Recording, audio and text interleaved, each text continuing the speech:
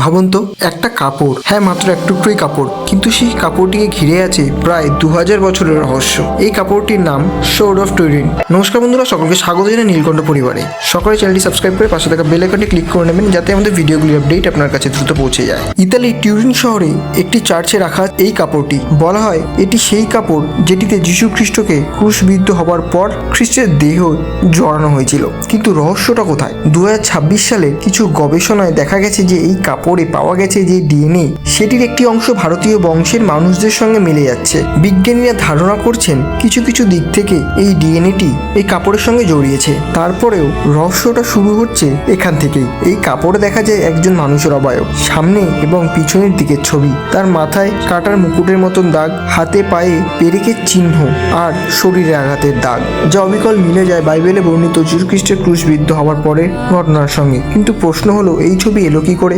1998 সালে একজন ফটোগ্রাফার যখন এই কাপড়ের ছবি তুললেন, তখন তিনি অবাক হয়ে যান, কারণ ছবির নেগেটিভে মানুষের মুখটা কিছুটা পরিষ্কার হয়ে যাচ্ছিল। মানে কাপড়ে থাকা ছবি যেন পৃথিবীর প্রথম ফটোগ্রাফিক নেগেটিভ।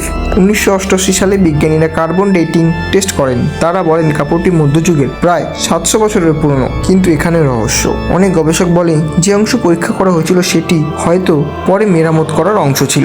আশ্চর্য বিষয় এই যে আজ পর্যন্ত কোনো বিজ্ঞানী ঠিক রকম ছবি তৈরি করতে পারে। আজও এই কাপড় বিজ্ঞানী, ইতিহাস এবং ধর্মবিশ্বাসীদের কাছে এক অমীমাংসিত রহস্য। কিন্তু এই সোর্ড অফ টুরিনের সঙ্গে ভারতবর্ষের আধ্যাত্মিক সম্পর্ক কি করে জড়ালো? কিছু বিজ্ঞানীরা ধারণা করছেন কাপড়টি হয়তো ভারতের কোনো অঞ্চলে তৈরি হতে পারে, অথবা প্রাচীন সিল্ক রুট বা বাণিজ্য পথ দিয়ে ভারত থেকে ইউরোপে গেছে, অথবা শত শত বছরে ভারতীয় তীর্থযাত্রী বা ব্যবসায়ীদের স্পর্শে ডিএনএ এসেছে। এই গবেষণায় কাপড়ের তন্তুতে ভারতীয় উদ্ভিদ ও মানুষের জিনগত চিহ্নও পাওয়া গেছে বলে দাবি করা হয়। প্রাচীন ভারতে অনেক বড় বস্ত্রশিল্পের ভূমিকা ছিল। প্রাচীন ভারত ছিল বিশ্বের বড় টেক্সটাইল প্রোডাকশন সেন্টার। ভারত লিনেন ও সুতির কাপড় রোম, মধ্যপ্রাচ্য ও ইউরোপে যেত।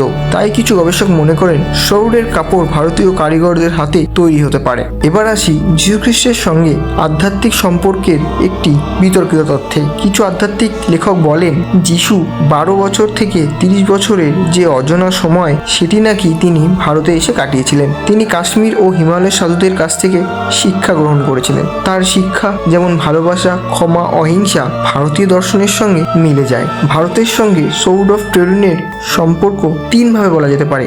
1, বৈজ্ঞানিক সম্ভাবনা, যা ডিএনএ বা কাপড়ের উৎস।